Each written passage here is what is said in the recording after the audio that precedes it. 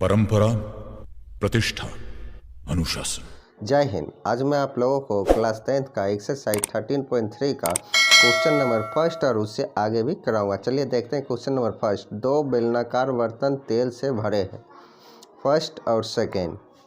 फिर उसके बाद एक बर्तन की त्रिज्या 15 सेंटीमीटर है जिसे मैंने R1 मान लिया। उसके बाद इसकी ऊंचाई 25 सेंटीमीटर है जिसे H1 मैंने मान लिया। फिर है दूसरे बर्तन की त्रिज्या और ऊंचाई क्रमशः 10 सेंटीमीटर और एक 10 सेंटीमीटर हो गया और H2 18 सेंटीमीटर हो गया। फर्स्ट बेलन और सेकंड बेलन की त्रिज्या और ऊंचाई हो गया। अब जो है 30 सेंटीमीटर ऊंचे बेलनाकार बर्तन की त्रिज्या ज्ञात करना। बड़ी बेलन की आपको ऊंचाई दिया गया और त्रिज्या निकालना है आप। और जिसमें दिए गए दोनों बर्तनों का तेल ठीक ठीक भरे जा सकते हैं। प्रथम बेलन और दूसरा बेलन का तेल इस बेलन में समा जाएगा और बड़ी आर आपको निकालना है। तो आपको क्या करना है, फर्स्ट बेलन का और सेकंड बेलन का आयतन निकाल लेना, वॉल्यूम जिसे भी कहा गया वॉल्यूम को, और प्लस सेकंड बेलन का वॉल्यूम और बराबर में बड़ा बेलन का वॉल्यूम हो जाएगा। दोनों बेलन का वॉल्यूम निकाल के ऐड करके बराबर में आपको बड़ा वाला बेलन को रखना है। तो लिखेंगे प्रथम बेलन की ऊंचाई H1 ले लेते हैं, इसका ऊंचाई को बराबर में हो गया 25 सेंटीमीटर। फिर है इसकी त्रिज्या R1 हो गया 15 सेंटीमीटर। फिर सेकेंड बेलन की दूसरा बेलन की ऊंचाई हो जाएगा आपका H2 नाम दे देते हैं इसका, और इसकी ऊंचाई 18 सेंटीमीटर हो गया। और R2 हो जाएगा, R2 आपका 10 सेंटीमीटर हो गया, 10 सेंटीमीटर का। उसके बाद बड़ा बेलन की ऊंचाई दिया गया है, तो बड़ा बेलन की ऊंचाई बड़ी H ले लेते हैं, इसका वैल्यू हो गया 30 सेंटीमीटर। और आपको मान लेना है, माना कि बड़ा बेलन की त्रिज्या बराबर बड़ा बेलन की त्रिज्या बराबर बड़ी आर, ये हो गया। अब आपको क्या करना है कि दोनों बेलन का आयतन निकाल कर ऐड करके लिखेंगे प्रश्न से बड़ा बेलन का आयतन बराबर दोनों छोटा वाला बेलन का आयतन का ऐड। बड़ा बेलन का आयतन को भी से सूचित किए हैं, और प्रथम बेलन का आयतन जोड़ दूसरा बेलन का आयतन, जिसे भी से सूचित किए वॉल्यूम होता है। उसके बाद जो है दोनों बड़ा बेलन का फार्मूला यूज़ करेंगे, पाई बड़ी R² H।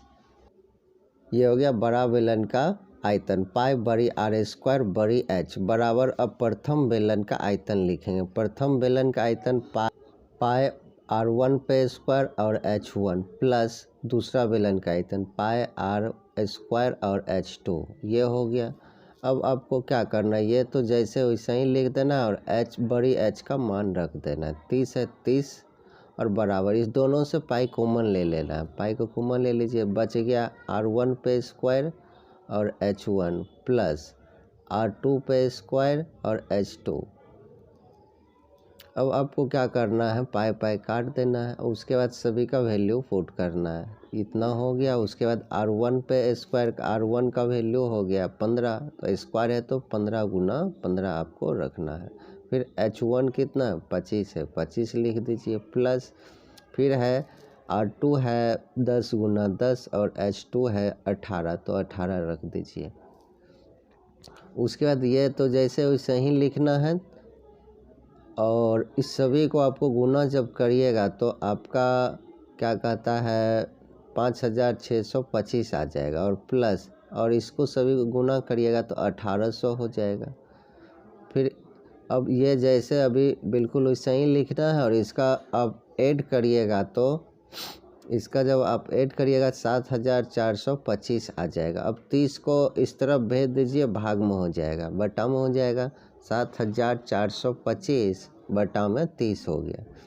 अब 30 से जब इसमें डिवाइड करिएगा तो आपका आ जाएगा 247.25 सेंटीमीटर। और अब स्क्वायर है आर पर, स्क्वायर की इस तरफ भेजेंगे तो ये रूट में हो जाएगा 247.5।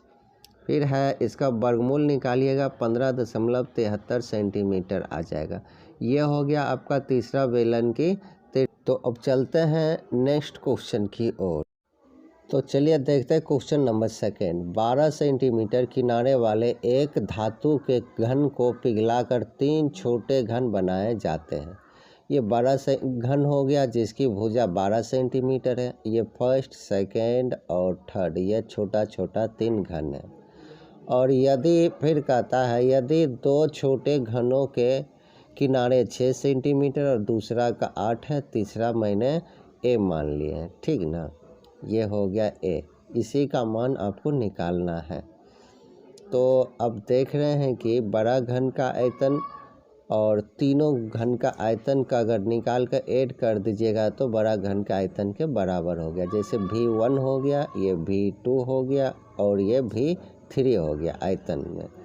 उसके बाद जोड़ दीजिए और इसके इक्वल हो गया। तो आप समझ रहे हैं।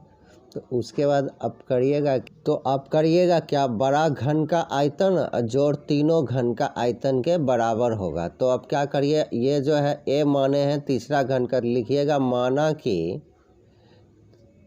तीसरा घन की भुजा बराबर ए, ये मान लीजिए। उसके बाद जो है प्रथम बड़ा वाला बेलन का जो भुजा दिया गया वो आप लिख लीजिए, बड़ा घन की भुजा बराबर 12 सेंटीमीटर। फिर है उसके बाद प्रथम, सेकेंड और थर्ड तीनों का मान लेना आपको। प्रथम घन का भुजा बराबर 6 सेंटीमीटर। फिर दूसरा घन का भुजा बराबर 8 सेंटीमीटर, ये हो गया। फिर तीसरा घन का मान ही लिए हैं। फिर अब क्या करना, तीनों घन के बड़ा घन का आयतन बराबर जोड़ तीनों घन का आयतन निकाल के जोड़ लेना है। आप समझ रहे हैं, तीनों घन के आयतन है मतलब निकाल के बड़ा घन के बराबर रख देना है। तो लिखिए प्रश्न से बड़ा घन का आयतन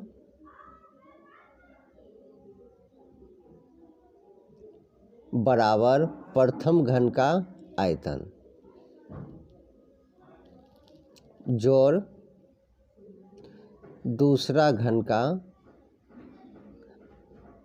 आयतन जोड़ तीसरा घन का आयतन। तो बड़ा घन का भुजा आपका कितना 12 सेंटीमीटर है। तो आप क्या लिखिए 12 पर क्यू, घन का भुजा होता है ना आयतन बराबर भुजा क्यू, इसलिए। और 8 पे क्यू जोड़ ए है तो ए क्यू हो गया। उसके बाद यहाँ देखिए 12 पर क्यू आपका हो जाएगा 1728 बराबर, और 6 पर क्यू हो गया 216 और 8 का क्यू हो गया 8 पर क्यू हो जाएगा 512 और प्लस ए क्यू। अब ये जैसे बिल्कुल वैसे ही लिख लेना और इस दोनों को ऐड कर लेना है और आपका हो जाएगा 728 प्लस भुजा क्यू। अब 728 को उस तरफ भेजिएगा तो माइनस 728 हो जाएगा बराबर में ए क्यू। अब इसको घटाइएगा तो 1000 आ जाएगा बराबर में ए क्यू। अब 1000 का आप लिख सकते हैं 10 पे पावर 3 और पावर कैंसिल हो गया, बच गया क्या भुजा बराबर 3 सेंटीमीटर। तो आप कह सकते हैं कि अतः तीसरा भुजा बराबर 10 सेंटीमीटर या तीसरा घन की भुजा बराबर 10 सेंटीमीटर। तो ये हो गया आपका आंसर। तो अब चलते हैं नेक्स्ट क्वेश्चन की ओर। तो अब देखते हैं क्वेश्चन नंबर 3। शीशा के एक अर्धगोले जिसकी त्रिज्या 8 सेंटीमीटर है और ये हो गया आपका अर्धगोला जिसकी त्रिज्या 8 सेंटीमीटर है। इसे पिघलाकर एक शंकु बनाया जाता है, जिसे पिघलाकर एक लंबवृत्तीय शंकु बनाया जाता है। इस अर्धगोला को पिघलाकर शंकु बनाया गया जिसकी त्रिज्या 6 सेंटीमीटर है। और आपको क्या करना है, इसकी ऊंचाई निकालना है। तो अब क्या करिएगा कि अर्धगोला की आयतन बराबर शंकु के आयतन हो जाएगा, क्योंकि इसको पिघलाकर बनाया गया है, इसलिए दोनों का आयतन समान होगा। तो आप इसका आयतन बराबर कर सकते हैं। तो अब लिख दीजिए जो कुछ है, लिखिएगा अर्धगोला की त्रिज्या बराबर, बड़ी आर ले लिए हैं इसे, तो बराबर में 8 सेंटीमीटर। फिर शंकु की त्रिज्या दिया गया, शंकु की त्रिज्या बराबर छोटी आर ले लिए इसे और 6 सेंटीमीटर हो गया। और h आपको निकालना है। तो अब जानते हैं दोनों को आयतन समान होगा। यहाँ से प्रश्न से लिख दीजिए या आप बोलिएगा चूँकि गोला को पिघलाकर शंकु बनाया गया है, चूँकि अर्धगोला को पिघलाकर शंकु बनाया गया है, शंकु बनाया गया है, इसलिए शंकु का आयतन बराबर अर्धगोला का आयतन।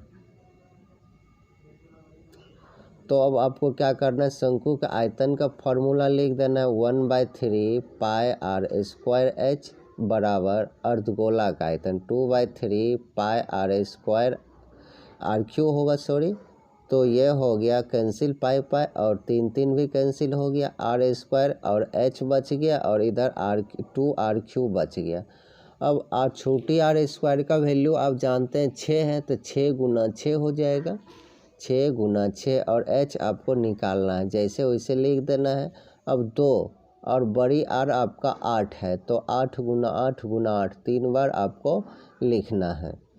उसके बाद 6 गुना 6 को इस तरफ भेज दीजिए, दोनों 6 को, तो बटा में हो जाएगा, इतना लिख दीजिए। उसके बाद बटा में 6 गुना 6 हो गया।